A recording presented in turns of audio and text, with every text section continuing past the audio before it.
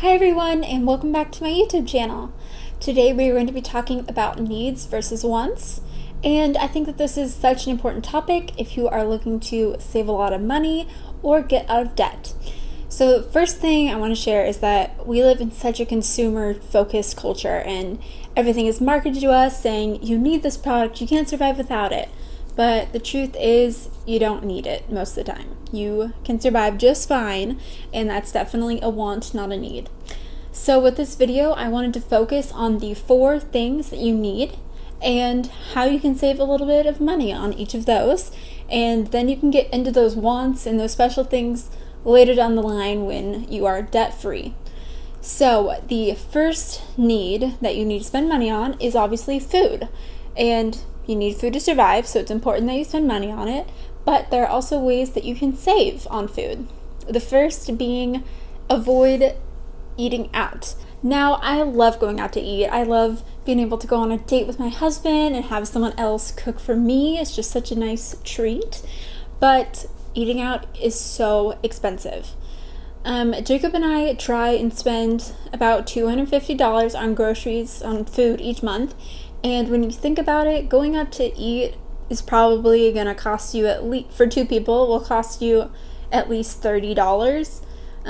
So that is a huge part of our food budget. And so you may not realize, this small meal here and there won't cost you that much, but it is going to add up to be so much later on. So the first thing you can cut out with your food budget is eating out at restaurants. The second would be avoiding going out for coffee. Now, it is crazy how much a cup of coffee is at Starbucks. You can spend like $4 a coffee, and I know many people who go to Starbucks every single day. When you think about that, it is just so much money that you're spending on coffee. So get a coffee maker, or if your work has coffee, drink coffee there if you really need it. This is a huge thing that you can cut out of your budget that's going to save you so much money. I know that a $4 coffee might not seem like much, but believe me, that adds up to be so much. Now, I am someone who also enjoys going out for coffee and enjoy my little Starbucks drinks, but I do not go unless I have the gift card. So during Christmases and birthdays, some people will send me Starbucks gift cards, and I always appreciate that. And then I'm able to go get my coffee, but it is not worth it to me at all to spend $4 of my own money to get a fancy coffee when my work also has a coffee maker. Now, those are a few things that you can cut out of your food budget to make it a little bit more affordable for you. So the second need is going to be shelter. And obviously, you need some place to live. That's important. So the rule of thumb that Dave Ramsey suggests and many others suggest is to spend 25% of your income on rent or on your mortgage, housing in general. So find a place that is within about that same range. We live in Portland, Oregon, and so rent and housing is very expensive recently, and rent for us is going up so much. So we spend about 25% of our income on rent, which is what I suggest you should do as well. Now, when you're looking for a place to live, the first thing that you need to make sure of is to find a place that is safe, and that is the most important. So don't scrimp for the cheapest place in town when it's not in a very good part of the neighborhood. So make sure that you're safe. That should be your first concern. But also be reminded that your apartment doesn't need to have fancy granite countertops, and don't be fooled by fancy stainless steel appliances or hardwoods. You just need to find a place that suits your needs that you can live in. We live in a 1-bedroom apartment, and yes, it would be very nice to have an extra bedroom for other things, but we only need a 1-bedroom, so that's what we're sticking with to save money right now. So find a place that is affordable, that's within that 25% of your income, and also remember that it doesn't need all those bells and whistles.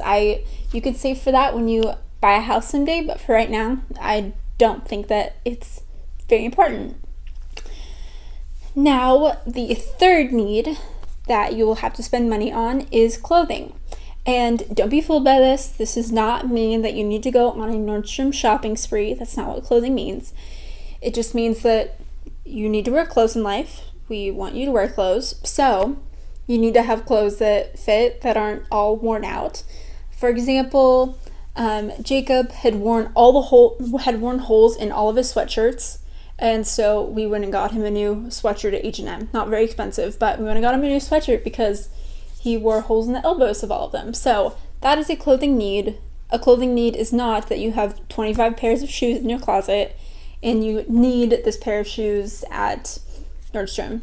You don't need another additional pair of shoes. Use what you have, but if something's falling apart, obviously we want you to be able to dress. So clothing is important. And the fourth and final need is going to be transportation, because obviously you have to get from point A to point B.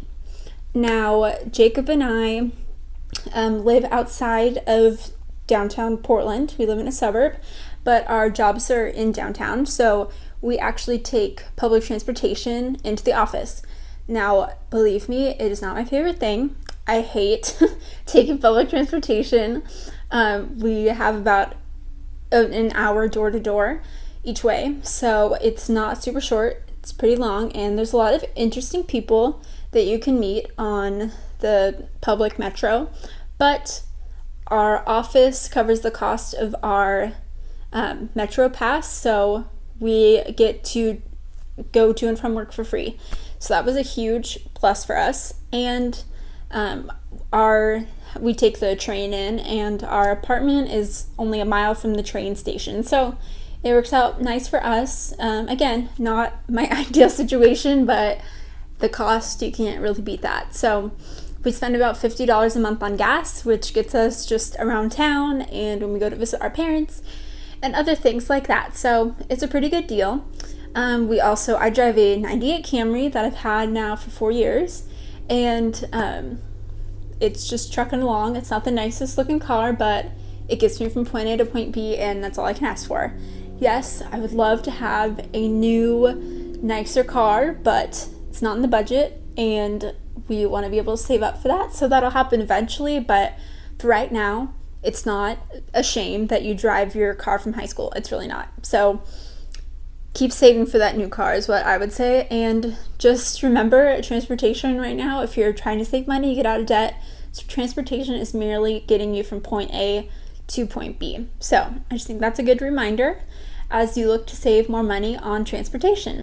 The truth is, buying things that you only need is great, but it can also be very hard. And it's important in life to be able to enjoy things as well, and I totally understand that. And I don't want you to think, Marissa doesn't want me to spend any money on anything. No, that's not true. You need to enjoy life too, so I get that. But you need to make sure that you budget for those things.